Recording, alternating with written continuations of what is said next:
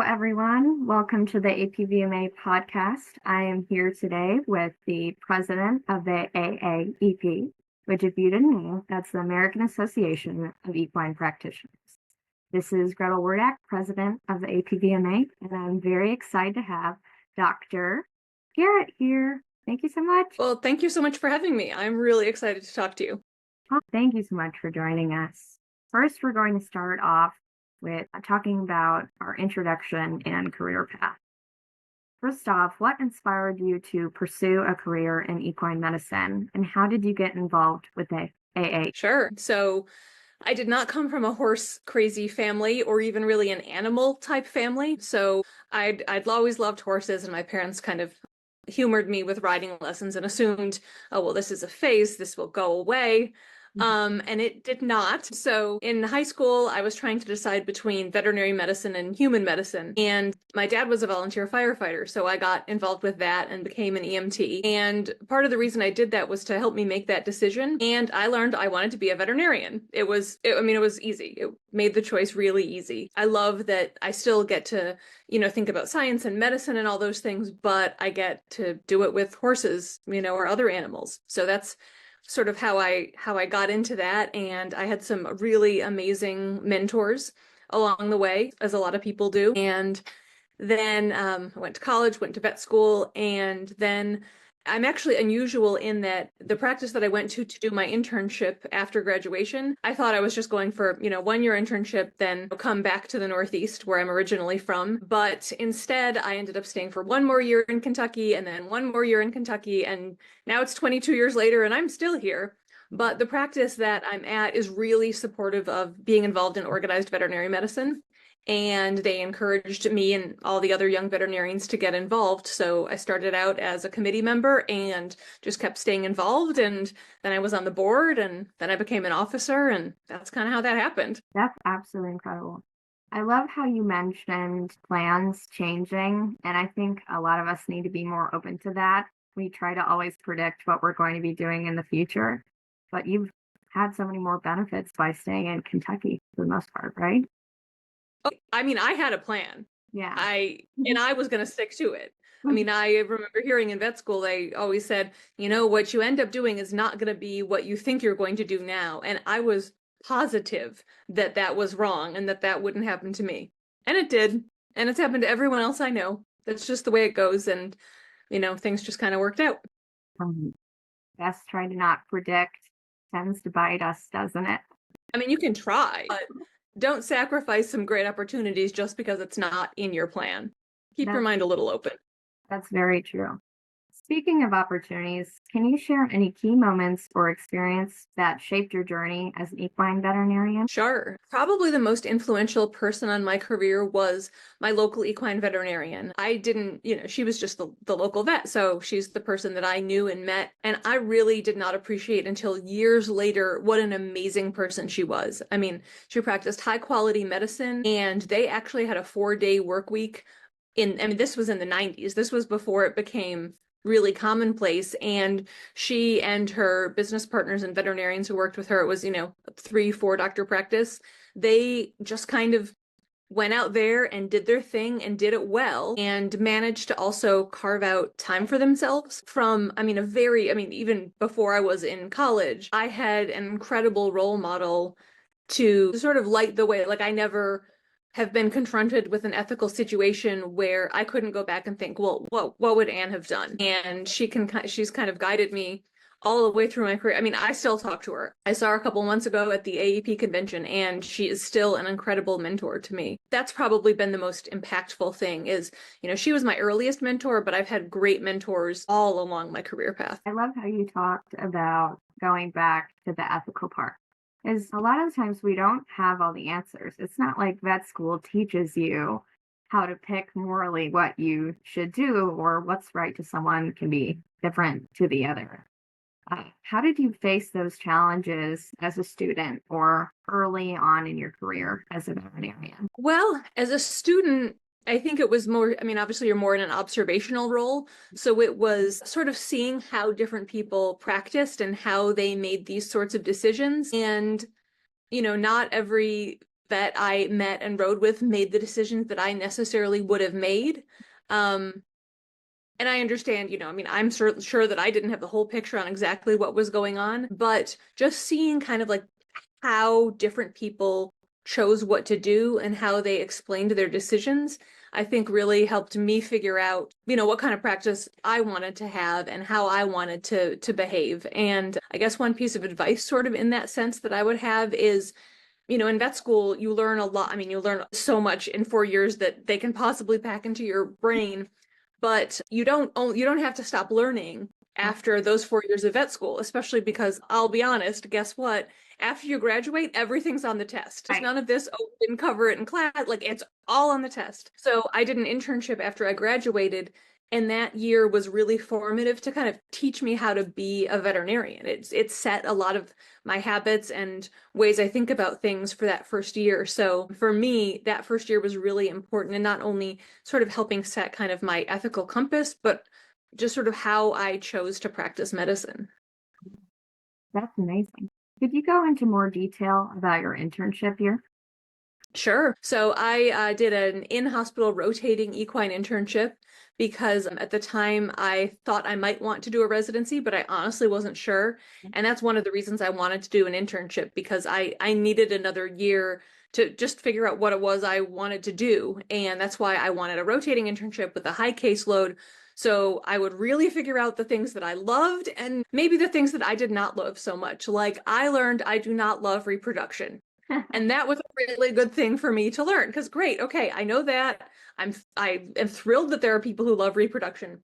That person is not me. So, because of that, it helped me kind of narrow things down. And I mean, it was a hard year. I am not gonna lie. It sort of taught me what I was made of. And I'm glad in the sense that I got pushed so that I knew, when the going got tough, I could handle it. I could handle a tough situation. I'd seen a lot of things and I could handle myself in emergencies, for example, without panicking. I knew it was okay. And it was nice because, the level of supervision was such that you didn't even realize kind of you were doing more. Like I remember part of, being an intern is at the end of your year, you kind of help onboard the new interns. And I remember thinking at the end of my year, like, wow, like was I that sort of ignorant? Not in a bad way, but just in a real way. Like, Right. did I really not know what was going on that much? And the senior clinicians were like, oh yeah, this happens every year. None of you guys have any idea how much you've learned until the new interns come, because your transition has been so gradual and you're with your peers. So you don't even know how much you've learned. So it was, and I sort of want to be clear, like hard is not synonymous with inhumane. So internships can be hard and challenging, but I think it's important to know what you're getting yourself into and know what you want. So sometimes there can be a lot of anxiety, I think, around, oh, well, I want the best internship. I want this. And I would caution people away from that. You want to find the best fit for you, Right. for your career goals, for your life, for whatever it is you're looking for, because probably what's going to fit best for you is not going to be best for, your neighbor or your friend. And I think that is one thing that honestly the AAEP has tried really hard to emphasize is, you know, getting all the information out to students who are considering internships as much as possible, because that way you can make an informed decision. And that's what we want. We want the right fit, because then the intern is happy and the practice is happy. And I think that's maybe a little bit more sane way to think about things. No, I completely agree, especially with a lot of times going into veterinary medicine. It's a very small percentage of the class who wants to do equine or just see horses in Mhm. general. So, say they want to have an internship and gain experience, and then it's not a good fit. I don't think we need to look at number one results in the country anymore when it comes to medicine and learning. You have to look at what is uniquely best for your scenario. And I think it would make us much healthier as equine practitioners too. Yeah. I mean, there's a lot of amazing internship programs. I mean, if you want a high quality internship, you can get one. Then you just have to decide which one or ones do you want to apply to. And that is something that has been really nice over the past 20 years. The number of high quality internships has really increased, which is great. It's a little bit sort of a buyer's market for students right now, which is good. Talking about the field of equine medicine, what makes it especially unique compared to other fields, if you could think of some? I mean, I'm obviously totally biased because it's what I do. And so I think it is the most exciting and most interesting and everything like that. I think for veterinary medicine in general, one thing is, no day is the same. And so that, keeping yourself interested and stimulated, I think that's true no matter what kind of practice or even a non-clinical role that you get into. But the bond between, horses and their owners, I think can be a little bit different sometimes. I think, maybe some working dogs, it's a little bit more similar because a lot of times when, horses are these amazing athletes. And so you're forming this partnership with them. And it is just amazing what that team can accomplish. And that's pretty rewarding. So that's something I like a lot about working with performance animals is seeing that teamwork and helping that team, perform as well as they can for as long a time as they can. And then, maybe when that career is over, finding a lower level career, maybe that horse is actually, a great kid's horse to introduce the kid to that discipline or something like that. So it's kind of seeing these amazing athletes through their whole career and all the different ways that they can contribute. And honestly, being outside a lot is nice. If you're someone who likes the outdoors, if you live somewhere cold, sometimes in the winter it's not always that great. Like suturing up a laceration when it's freezing out is not that fun. And horse people are great. They're, they love their animals and it's just nice. It's just nice to see. Most of what I said can probably be said about most species, but those are some of the things that I really love about it. No, I completely agree. I've worked in small and large and equine. I would say the most educated owners and the most invested. I mean, we have to be real. Horses cost a lot more than the average cat and dog, too. So when people are thinking Yep. about getting horses, they're probably doing a lot more research, especially where you have them live, because you can't just put them in your backyard. So in my mind, No. like people try. Yeah, they do. Like my horses live in my backyard, but I have 10 acres, so they have that. That's more than, your suburban little postage Yeah, stamp yard. exactly. So for me, I love how invested the owners are because their horses aren't as replaceable. I've met some who take 5 years to find the perfect horse, and that's Yeah. really, really wonderful to work with. And some of their horses can change their lives, like take their career different places, keep them healthy, going to the barn and riding all the time. Yeah. Yeah, and I mean, honestly, being around horses and being at a barn, it's one of the few places that you get to see so many different generations interact. So, I mean, you can have, anyone from literally ages 7 to 70 all working on the same stuff and being colleagues. And there aren't that many places where, in life where you really get to see, like people just from so many different ages and stages all enjoying the same hobby.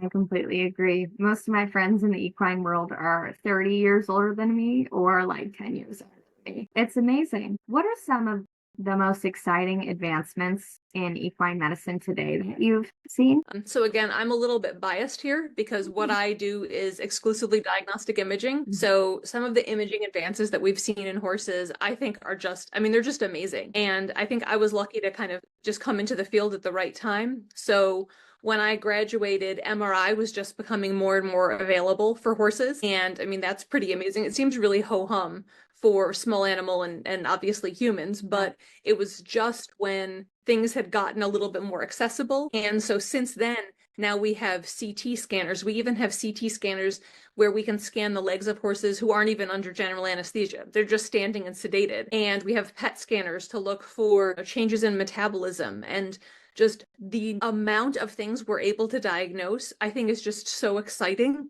because when we can make a more specific diagnosis, it opens up the world of more targeted treatments. And people sometimes think like, oh gosh, all that means is spending more money.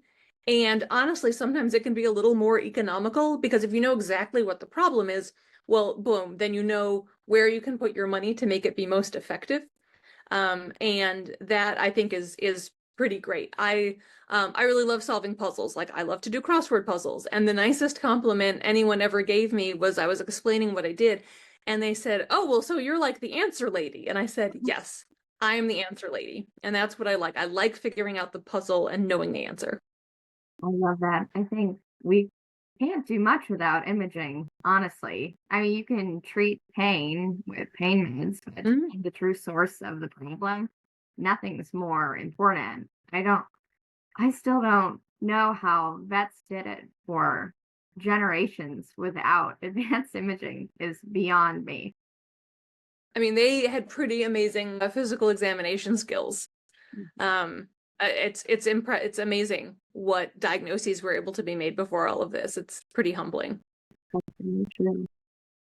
Speaking of which, how do you see equine medicine evolving over the next decade? Well, I think in some ways we're being forced to evolve, but I think it's a good thing. So one thing that we've sort of figured out in the last few years is we have a real retention problem in equine practice. So as you alluded to earlier, not very many people in each class go into equine practice after graduation. It's about 5 or 6% total. And it's those who go straight into practice and those who pursue an internship or some other type of training. So not very many choose equine to begin with. And then 50% of that group is leaving equine within the first 5 years of practice. So a 50% attrition rate is not sustainable. We cannot keep caring for horses around this country and around the world if we keep losing people out of this sector of the profession like that. So I think the big way that it will change is sort of moving away from uh, ways that things used to be done. So a lot of horse vets were expected to be on call 24/7, 365, always available for their clients, always pick up the phone. You're seeing emergencies because there aren't that many emergency clinics just for horses. And, it's taken a toll on the profession but also on individual people's lives. I mean, those are missed soccer games and missed holiday dinners and just even missed just regular old family time with your kids. And that is what I see starting to change. And it's really exciting. So people are getting a lot more creative with how we work and, how can we share emergencies and how can we, train our clients a little bit better that no, I might not be there for you every single day, but I have this trusted colleague who is going to take amazing care of your horse and making that okay and accepted. Because we can't continue losing people from the profession the way that we have been. Because when we ask people, why are you leaving? The reasons are our lifestyle and work-life balance. And so it's all of that. So it's not because they don't love horses, and it's not because they don't, love the medicine anymore. It's because it's taken too much of a toll on their life. And that's what I see starting to change. And it's going to continue to change. I have I'm kind of in the middle age bracket. So there's people older than me and there's people younger than me and then there's people my age. And it is sort of very interesting kind of being between two larger generations and kind of trying to navigate that because, I mean, no one is right or wrong, but we have to make sure that we are making the work fit the workforce, not making the workforce shove into a mold that isn't working. There's a reason that 50% are dropping. So I really like, Exactly. yeah, exactly. Yeah. No one said, well, actually I hate horses or horse people drive me crazy. Dude, those are not the things that people say. They're just not. It's the lifestyle factors and we can change that. Those are in our control. That's true. How would you describe the typical day of an equine veterinarian or what it's going to be, I should say?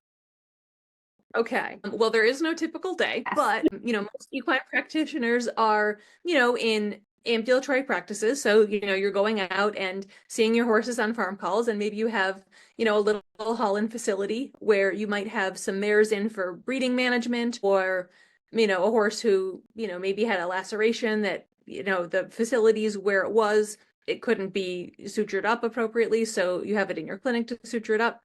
And most people work in relatively small practices, so maybe 2 or 3 doctors.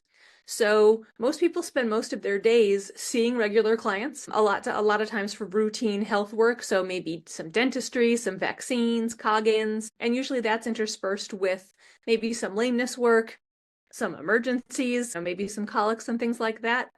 And in a lot of practices, people kind of find little niches. So one person might do a little bit more of the repro work, for example. And usually that helps because then people can get a little more expertise in specific areas. And maybe those challenging cases you go out to see and you're like, ooh, I really need to call my colleague. She's going to be able to, do a little bit better job of this than me. And that's pretty nice. We're seeing technicians used a lot more, which is great because they can make the veterinarians much more efficient. It's nice to have someone in the truck with you. It's also nice to take students out with you. Riding around between calls gives you a lot of time to, get to know people, answer their questions, have them see, what it's actually like. Because if people don't have a lot of horse experience, it can be intimidating, but it doesn't need to be. And most equine veterinarians are perfectly happy to take someone who doesn't have a lot of horse experience with them, as long as they're, excited to learn and do all of that, because we all love what we do. And so we're usually pretty excited to share that with someone. That's amazing. I really like you mentioning students who don't have experience are welcome.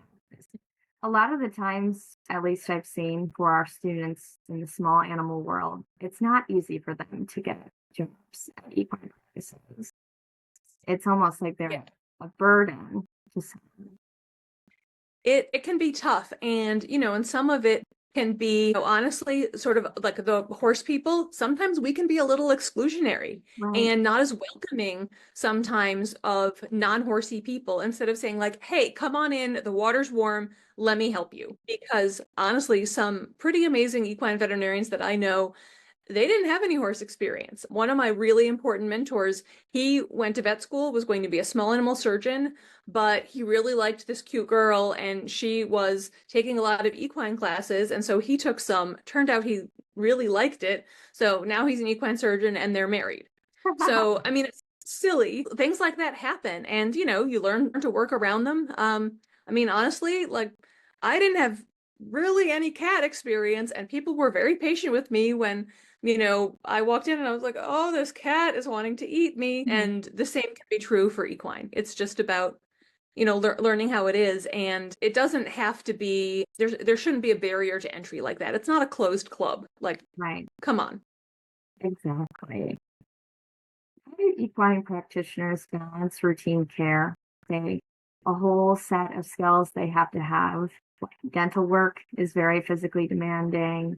Making sure that they are up to date on vaccinations, emergency cases as well, like colic and lameness, can be very severe and very bad, very fast. Well, a lot of it has to do with teamwork. So if you're in a practice with more than one person, knowing when to rely on your colleagues to help you out or learning to rely on technicians can really help you out a ton. Because when you double the number of people who know what they're doing in an emergency situation, it is pretty transformational as far as even just keeping people safe. If you have a colic who is trying to roll around, it's really helpful. If it's not just you and a really potentially upset owner, it's pretty helpful. It can be you and a technician and a potentially upset owner. Scheduling yourself more intelligently, efficiently, your support staff, if you have someone scheduling your appointments for you, they can help with a lot of that. We as veterinarians are sometimes really guilty of not taking good care of ourselves. Mhm. And so having support staff who can kind of help you and say like, hey, so your schedule might be better if you did this, this, and this. Just having someone outside to take a look and remind you, if you don't take care of yourself, there is no one to take care of the horses. True. And they cannot fix themselves, as we know, and they like to break themselves, as we know. No, yeah, special skill for horses. Very much. Speaking of skills, what skills or traits do you think are essential for success in equine medicine? Oh, I mean, positive attitude, good work ethic, good communication skills, a willingness to admit when you don't know something. I mean, I feel like every day I know less and less. So, don't be afraid to call a colleague or look it up or, reach out for help. most clients don't mind if you don't personally know something, as long as you're like, okay, well, here's my plan to find out, or here's my plan to refer you to someone who I think does know. And flexibility, a little bit of the ability to laugh at yourself. Mhm. You can learn all the science and things like that you want, but, unless you kind of know how to use that in working with the team and working with clients, you're going to have a little bit of a tougher time. So don't forget, yes, all of those hard skills are extremely important, but the soft skills, they're important too. So, I mean, a lot of veterinarians are small business owners, so a little bit of business knowledge is helpful too. That goes right into my next question. What advice would you give to students who want to stand out when applying for internships or veterinary school? I mean, be yourself. Mhm. Don't try and be someone you're not, because that never works out. But, try hard, be helpful. If you're observing somewhere and, a horse poops, go get the shovel and pick up the poop. I Yeah. have yet to see anyone be upset for someone shoveling poop.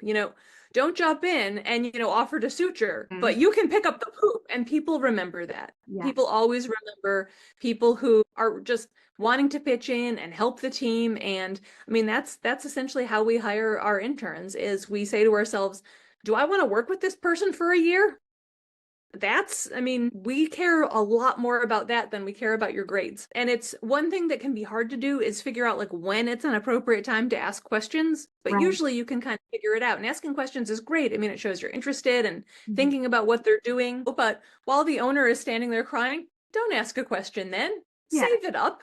Um, Yeah. things like that.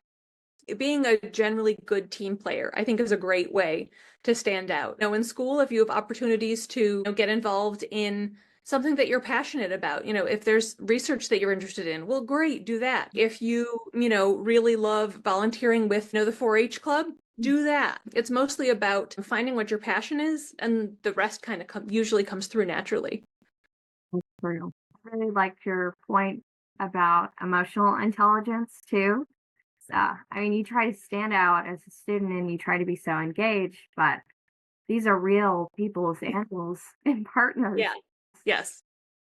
This is yeah, and it can be a fine line to walk. It absolutely can. And I can think of times when I didn't walk it that well, just in my eagerness to make a good impression. And, I can think of a couple times I'm like, looking back, I really overstepped there.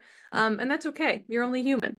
Exactly. You don't know until you've tried, or you're like, maybe that wasn't the best thing for me to do. I mean, it happens. It We've all happens. made mistakes. That's true. I certainly have made my fair share as well. Yeah, well, I'm pretty sure mine aren't over. So there you go. Neither are mine. Speaking of different points of your career, how has being a part of the AAEP impacted yourself and professional development? Probably the most exciting part about it is by being involved in organized veterinary medicine, not just the AEP, I think I can say this for, essentially any organization, is you get to meet people you never would have met otherwise. Right. They're in different parts of the profession or different parts of the country or both, but you are, usually working on a volunteer basis for this in your free time. And there's something really great about meeting a group of people who are interested in enough in the same thing that you are to devote their free time to it. So you can meet just some amazing, interesting people, lifelong friends doing this. And that's kind of why I said, figure out what you're passionate about and then do that, Right. because there are going to be other people with that same passion, and you're going to find each other. And yes, I have given a lot to organized veterinary medicine, but I've gotten back way more than I ever could possibly give. I mean, it is incredibly rewarding. And, on the tough days when nothing is going well, it's nice to kind of have that and be like, okay, but this is why I do this. Remind yourself of, why did I do this in the first place? Exactly. After I have like a long week of exams, I get to meet with the APVMA board members at least once now twice a month because our symposium is coming up.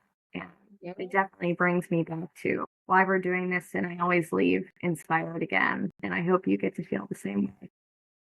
Absolutely. And I mean, honestly, that to me, that is the sign of a really healthy organization, is when you go away and you've done a whole bunch of work, but you feel energized and empowered and inspired because of what you've been doing.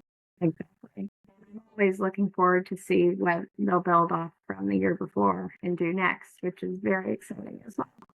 Yeah, it is. You went on about mentors earlier in our talk.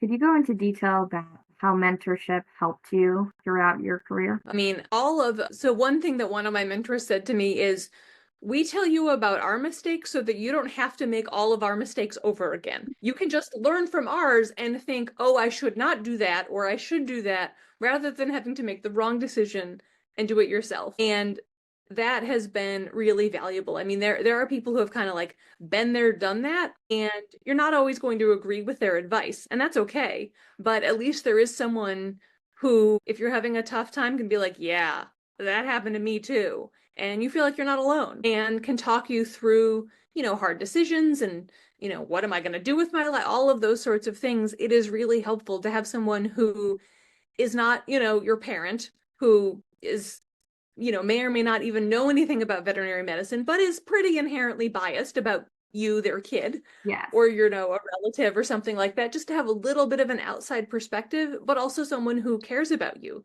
and has your best interests at heart.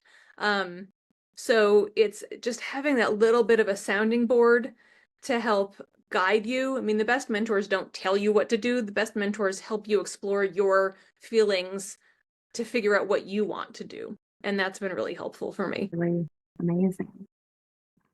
How do you encourage diversity and inclusion within the field of equine medicine as well? You're talking about mentorship, which I'm sure goes a lot with it as well.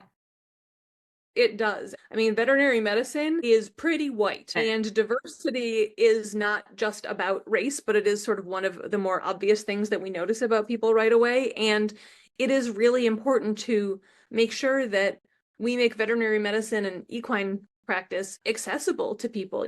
Don't make judgments about whether someone has experience with horses or not just based upon what you think they might be like. You have no idea. So kind of cast a wide net. And the world as a whole is very diverse. And why on earth would we want to limit our pool of potential amazing veterinarians in any way possible?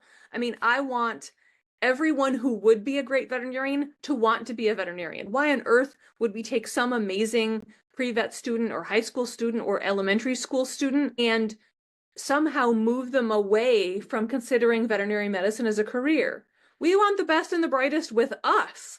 And that means the best and the brightest in all sorts of ways.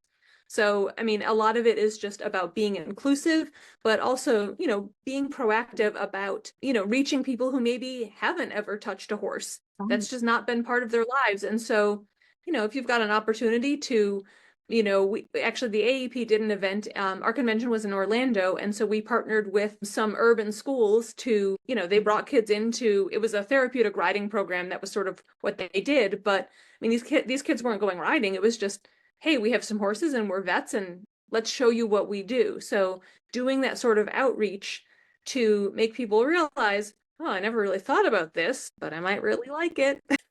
Exactly. They might not have ever had the chance to see a horse before. I teach horseback riding to kids, and my mom works with Afghani refugees, and we bring them over and we put them on horses. Never seen them in their life. It's pretty terrifying for the first few minutes, but nothing is more, I don't know, just it's incredible how much everyone can learn. And I don't know why we would want it to be excluded. There's no point. I don't know. There's no point. No, I mean, we want everyone to be in this club. Exactly. I really liked your points on diversity and inclusion within the field. And I would like to see that more in equine medicine, as it is predominantly white and women also. So I'm very excited to see what the future holds, especially us speaking about how you can become an equine practitioner, even if you didn't grow up around horses. And I don't think it's necessarily a disadvantage, because most of the people I have met who start equine later in life, they don't take it for granted, and they're there to learn. They want to. And I think they even have a greater work. than a lot of people I know who just grew up with horses and it was just an every day. That's not really And the people who didn't grow up, Mhm. okay. The Yeah. people who didn't grow up with horses, they don't have any bad habits to unlearn. No. They can just learn good habits right from the get-go. hmm I've spent most of my life undoing what I was taught the last few years. Yeah. It's, I mean, you get casual around, your horse, and then someone walks in with a 2-year-old thoroughbred and you're like, ooh, I can't act that way around this horse. I'm gonna get kicked. Exactly. You have to be very adaptable. I always Yeah. say I still need to hold on to that fear of them, at least respectfully, so I keep myself safe. Yep. Yeah. Exactly. Don't take it for granted, Yeah. And this is sort of a side point, but that's another reason why technicians and assistants are so helpful. They can keep you safe. And I rely on the people that I work with every single day. I know they're the reason that I'm not dead. Yes. Oh, most definitely. Speaking of that, many students worry about physical demands or potential risks of equine practice. How would you address those concerns? Speaking of stuff, Sure. very helpful. I mean, it's that horses can be dangerous. That is entirely true. But by being smart around them is probably is the safest thing that you can do. And also, it's kind of a matter of work smarter, not harder. Right. I am never going to outmuscle a 1,200-pound horse, but I have sedation on my side. I have other restraint techniques. And maybe sometimes the best thing to do is just walk away for 5 minutes and come back and see if the horse is in a better place. I can't outmuscle a horse, but I can outthink a horse, and that's pretty important as well. So it is important to have respect for horses, but luckily we are oftentimes not in a position where things have to get truly dangerous. Most of the time we can kind of manage the risks and the situation such that people don't get hurt. And I mean, probably the most, important thing is to remember that no life of a horse is worth the life of a person. And, that can help guide you. Like if you're in a situation where you're like, I think someone's going to get hurt, well, then you better stop and reassess what's happening, because then that's not a good situation for people to be in if that's what's bubbling up to the front of your mind. And the other thing is, if you're worried that you're about to get hurt, you're not thinking about that horse with your whole brain. You're not giving it your full attention. So just maybe back off. Just give everyone a few minutes, figure out a better plan, and get it done. Now, I really like you mentioning taking 5 minutes because for a horse, that's just enough time for a lot of them to change mentally, to relax and have a much different outcome. There's this like stereotype that veterinarians are always late, and I will never be mad at a vet for being late. 5 minutes could have just saved all their lives just waiting. Oh, definitely. Well, we're late because we went to see, an emergency, and that's what happens. No one likes being late, but it's the nature of what we do. If we were always on time, it would probably mean that we weren't letting the unexpected kind of play out the way it needs to. That's very, very true. What are the most rewarding aspects of working with horses? Oh, I mean, I just really love being around horses. And I kind of can't believe that every single day I get to work with, it's sort of it's my dream job. I mean, all I wanted as a kid was to be around horses as much as I possibly could. And now, like, that is my literal job. And they're amazing animals. And the people who are with them, their owners and caretakers and trainers and grooms and everybody around them, usually pretty much feels the same way. So seeing that and solving a problem and getting a horse from being maybe really, really sick to totally healthy again, I mean, that's pretty great. The nicest thing that I think people can do is, when their horse is back doing whatever it is they do, trail rides, jumping, I don't care, is I love when they send us a picture of the horse doing what they do. And I mean, I love getting those pictures because it means that, we were successful. And that's pretty great. Exactly. They get to go back to their role in the family or find a new role, which is, I love it when they have like a purpose. I really feel like horses like to have a purpose. Yeah, I think so too. Non-horsey people often say like, well, how do you know the horse, likes doing, likes jumping or, doing dressage or whatever? And I say, well, because I've seen horses who don't like things and they don't do them. Exactly. And I've seen plenty of horses just be like, no, that's not what I'm doing. And so when the horses are excited, I mean, it's, the racehorse who, if the jockey falls off, they finish the race. Hmm. They don't have to, but they're out there because they love it. Exactly. I can't make my new mare do anything she doesn't want to do. So Yeah, I have to horse, bribe her. hor- the horses keep you humble. Oh yes, I just continually say that. She's making me a better person. Yep, stronger person. Yep, she's teaching you whether you like it or not. Exactly. What role do equine practitioners play in a broader context of animal welfare and maybe public health that you've seen? Sure. So, I mean, as veterinarians, we're obviously the guardians of, animal health, Yeah. but we also have the ethical responsibility that comes along with that. I mean, we are the experts in the room on animal health. And I mean, that comes with some responsibility. It's things like taking a stand against tail docking, for example, or against soring of Tennessee walking horses, or, making sure that we don't, if someone asks us to do something unethical or illegal or immoral, that we don't do it. So those are all very important ways that we as a profession are safeguarding the animals whose health we're entrusted with. And I mean, the good news is this is something that doesn't happen very often, but there are some bad apples sort of in every little part of the world. And it is really important that we stand up for those things and don't bow to pressure, because with a little bit of pressure comes more pressure if you give into it. And that's sort of putting aside the zoonotic disease things. I mean, those are pretty obvious ways Yeah. that we safeguard not only animal health, but human health as well. But I think for me, it's not that challenging to be like, okay, if I see a case of equine, Eastern equine encephalitis, I need to report that. The more challenging is, those sort of more gray areas where our values are tested. That's true. I mean, and I feel like horses adapt to a lot of situations as well. Like I've tried to put standards in my head of how horses should be living, but their exercise is different at every barn, their turnout space, their size of stalls, if they're stalled or not, if they have shelter. And I am constantly surprised by like, you lived through all of that and you're just fine. It's amazing. They're pretty tough. It's kind of like, the horses who are, standing outside and it's snowing on them and someone, calls the humane society up. These horses are being snowed on. It's like, they're okay.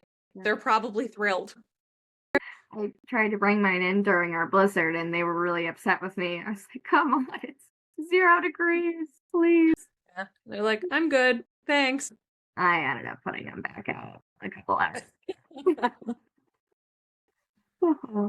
What is one thing you wish you had known before pursuing a career in equine medicine? We talked about this a little earlier, but essentially it's that whatever you think will happen, it's going to be something else. It might be close to what you thought would happen, but uncertainty happens and changes happen, and that doesn't mean it's bad or that something went wrong. These things can open up amazing opportunities. And so kind of rolling with it and not being afraid to reassess things and saying, hey, you know what, this was great. And now I want to do something a little bit different. It is okay to change what you want out of your career and your life and everything like that. And there is nothing wrong with that. And I think a lot of us sort of type A personalities, you go to elementary school and then you go to high school and then you go to college and, you're on this track and it's going one way. And especially if, that track has proceeded all your life the way that it was quote unquote supposed to, it can be a little jarring when things happen that aren't on your plan. It's okay. That is literally the experience of life. And so although it can be hard, maybe try and kind of embrace it a little bit if you can, or at least breathe through it and maybe, look back on it, because, this is one of those, like, it's not about the destination, it's about the journey. Take the detours. You don't know what you're going to learn. I always say it's better to go on open-minded. Yeah. I mean, I can't see the future, so who am I to decide that I know what is the right decision all the time? That's very, very, very true. How can we address the lack of equine veterinarians entering the field and staying in the field? We talked about this a little bit before, but I think a lot of it centers around, we have people graduating from vet school and they have a whole world of possibilities open to them. And we have to make sure that equine practice is an attractive option. And, coming out of school, yeah, there are a lot of corporate practices in small animal who offer big signing bonuses and higher starting salaries. And there's nothing wrong with taking one of those jobs if that's what you want to do. But also just thinking about, okay, what else do you want to do? Financial well-being is important, but if you love working outside, well, think about that. But I think we have to be a little bit more flexible about how we think equine practice should be. And there are a lot of people structuring their practices in unique and different ways that are making it a more attractive career path. And I think I hope that's really going to help. Really excited to hear that. I grew up with family members who were also animal fans, but nothing to the degree. And they always told me, being an equine veterinarian, I'm going to starve, I'm never going to sleep, and I'm going to be miserable. And I always disagreed with them because I could never spend a day without horses. Like, I literally go through withdrawals. Yeah. So yeah, there are a lot of those myths out there, but that honestly, come here. That honestly is what they are, is they're myths. And, they can be horror stories, and there are probably one or two practices out there that are like that, but that is really not the norm anymore. And I mean, we as equine veterinarians, we have to do the work to change the narrative and make sure that what we're offering students is as wonderful as it can possibly be. It's probably not going to make every single one of their dreams come true, but we need to make some of their dreams come true. I think they also need to see that, say they choose small animal instead, which is still an amazing option. That doesn't mean it doesn't have its own challenges as well. Oh, yeah. I mean, being a veterinarian can be challenging. And I know people who started in equine and went to small animal and came back to equine and maybe went to industry. I mean, there's a lot of ways to be a veterinarian in this profession. And there's a lot of ways to be an equine veterinarian aside from clinical practice. So you can work for the federal government, you can work for the USDA, you can work in research, you can work in industry, you can work in outreach. All of those things are careers in equine practice. So for our final question, if you could share one piece of advice or encouragement for aspiring veterinarians interested in equine medicine or medicine in general, what would it be? This is a lot of pressure to come up with just one piece of advice. It can be more. Okay. I guess it would probably be, and I didn't come up with this, but it's know yourself. Know what you want. Know what are your must-haves, know what are your nice-to-haves, and also know you're probably not going to get everything in your list, but figure out how to prioritize your career and your life and whatever that looks like to you. Because really, when it comes right down to it, the only person you have to make happy is yourself. And, when you hear people thinking about their lives and their careers, they talk a lot about, they don't talk about, how many, Kentucky Derby winners they worked on. They talked about how meaningful they found their work, whatever meaningful means for them. And so just figure out what you want and who you are and what you value and do that. Hey PVMA, thank you for listening to this installment of our interview series. Huge thank you to Dr. Garrett from the American Association of Equine Practitioners and our very own president, Gretel and Dr. Keep an eye out for new episodes coming out soon. Thank you.